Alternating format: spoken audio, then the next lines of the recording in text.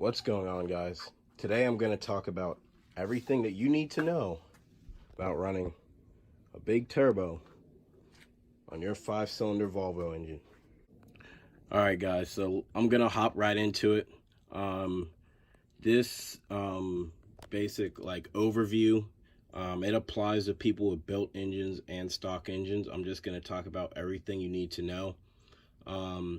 With these Volvo engines, generally in stock form, no matter which one you have, 400 wheel horsepower is about like the most you could push it.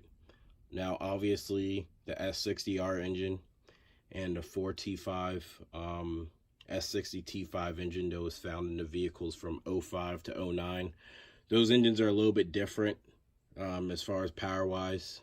I mean, you could run higher power, but basically on most of these engines, whether you have the 2.5T, 2.3 liter S60 T5 or the 2.4T, basically the same thing.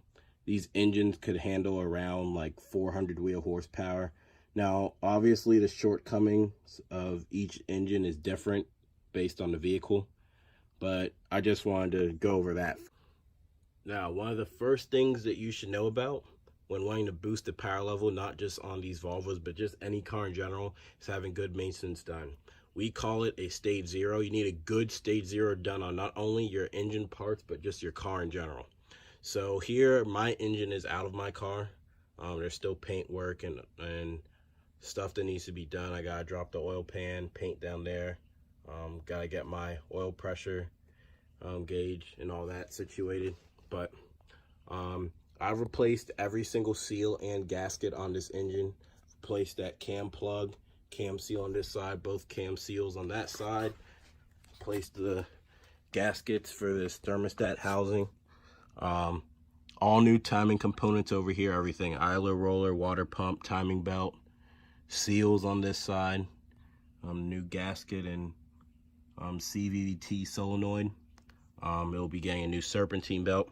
Basically, you want your engine, not just your engine, but your parts on the car in general in tip-top condition. You want it in new condition. So that is the first thing you need to do. Got new spark plugs and coil packs. You want to do everything. Now, not everything needs to be replaced if it's in relatively good condition, new, but basically what I'm saying is that you don't want any faults or any issues to pop up while you're raising the boost, while you're raising the power, while you're tuning this vehicle. So you want to make sure everything's in good condition. Once you are sure your engine and your vehicle is in good working condition, that's when the fun part comes in. That's when you can start buying mods, all that. So when it comes to running a big turbo on these engines, this engine right here is actually stock. It's not a built engine. It's a B52 34 T3 engine. That's a 2.3 liter Volvo S60 T5 engine. This is a stock engine. So on stock internals, this engine, you can make like 400 wheel horsepower. I'm not going to push this engine to 400 wheel horsepower, but I still want to run a big turbo. I am going to go over, this is going to apply to most of these big turbos that you're going to run, is that the water pipe. So on most of these big turbos that you're going to run, they are only oil fed. On these Volvo stock, these turbo Volvo stock, you have a water pipe where it basically accommodates the turbo. The turbo is oil and coolant fed, so it has these fittings or whatever you want to call it, pipes, hoses that come off, and that's where your coolant lines go into. There's two designs. There's this one, which is the older one, and you have your hard line that goes into it that's sealed by an O-ring. Then you have the newer design where these pipes are a little bit smaller. You have a rubber hose that comes off of it, and coolant lines go into that. Regardless, this pipe has to either be replaced or modified if you were going to run a turbo that's only oil fed, which, like I said, most of these bigger turbos, aftermarket turbos, are only oil fed. If it is coolant fed, then that's good for you. One less step you have to do.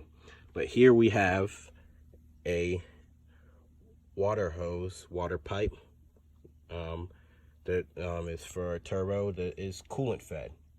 This is one off of a NA-S60. So the cheap way to do it is go to a junkyard, go to a scrap yard, and get a NA water pipe like I have here. And as you can see, it does not have the hoses coming off of it for coolant lines. if that is not what you want to do, or maybe you can't find one, or maybe you're looking at the online prices, which are actually like pretty expensive for these. I picked up this for 11 bucks online. I see these going for 180 plus. So if you can't find one, another option is to chop these off and weld it shut. Other than the water pipe, another thing you need to take into consideration is going to be your clutch and flywheel setup. Honestly, I wouldn't recommend running stock clutch and flywheel. People say it's rated for like 400 horsepower, but still, to me, I just don't want to take that risk. I feel like it's better to be safe than sorry, and that's the mindset you should have when you're going for a custom build like this and you're looking to run big power. Some people run the R clutch, but like I said, better to be safe than sorry. It really also depends on how you're going to drive the vehicle. If you plan to launch it whatever, I would not recommend a stock setup. Here I have a spec stage 3 clutch and pressure plate. I would have went with stage 2 or stage 2 plus, but stage 2, I don't know if they discontinued it or what. I could not find stage 2, and for some weird reason the stage 2 plus was more expensive than the stage 3. So what did I do? I went with stage 3. I'm looking to save money, but I still want to do it right. So that is a stage 3 setup. Another thing you're going to want to take into consideration is basically supporting mods. You're going to have the proper supporting mods to be running a big frame turbo like this, you know, making all this power, especially if you're on stock engine. So here I have a custom intake that I'm making. This is going to be a 3-inch stainless steel intake. Right there, I'm drilling out for the PTC element, which is the heater element or whatever you call it. I cut this stock silicone piece off of it, and I got this rubber grommet from just an auto parts store, put it on it. So once that's drilled out, you see it has this indentation like valley in the middle. I'll be able to put it in there and it'll fit fine. Also gonna have to put 2 fittings for the other 2 vacuum lines that come off it, but regardless, you're gonna need a intake system of some sort. You use a stock air box if you want to. Some people like to do that, but I won't be doing that. Here I have an Audi 3.5-inch RS4 MAF. This is an upgrade because basically whenever you start getting to this higher horsepower and torque numbers, the stock MAF can't accommodate for all the air that's going to be flowing, especially when you have a big turbo like this. Other than the intake, another thing you need to consider and do would be your front mount intercooler. I'm going to put pictures up on the screen of how my car looked before I remove the front mount intercooler. Obviously, I'm getting ready for the engine swap and all that, but I have my front mount intercooler and piping back there. So you're gonna need a good front mount intercooler. Lots of people go for the snab kit when it comes to these cars. Mine's a custom setup. I have custom piping. The front mount intercooler is actually designed for a first gen Mitsubishi Eclipse with the 4G63 engine, which is the Evo engine. But yeah, that's the front mount intercooler I'm running. Can't remember the exact specs. I'll put that up once I find them, but it's a pretty big intercooler and it could definitely handle the power I'm going to be putting out. Exhaust is basically like another supporting mod or power mod that you need to do on your car. So if you want to get, you know, the power that you're going to be pushing, regardless of if you want your car to be loud or not, you still need to upgrade your exhaust system just to accommodate for the bigger turbo.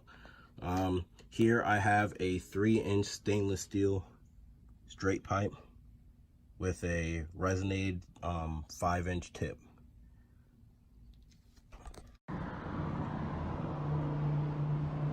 Ew! That bitch is so long. That bitch like a Lambo. Yeah. Here I talked about basically increasing your airflow when it comes to the MAF, you know, the turbo and, you know, exhaust and front mount intercooler. With increased airflow, you need your fueling system to accommodate for that also. You need balance. So you're gonna need to upgrade your injector. These are the stock injectors that come on the T5. They're called blues.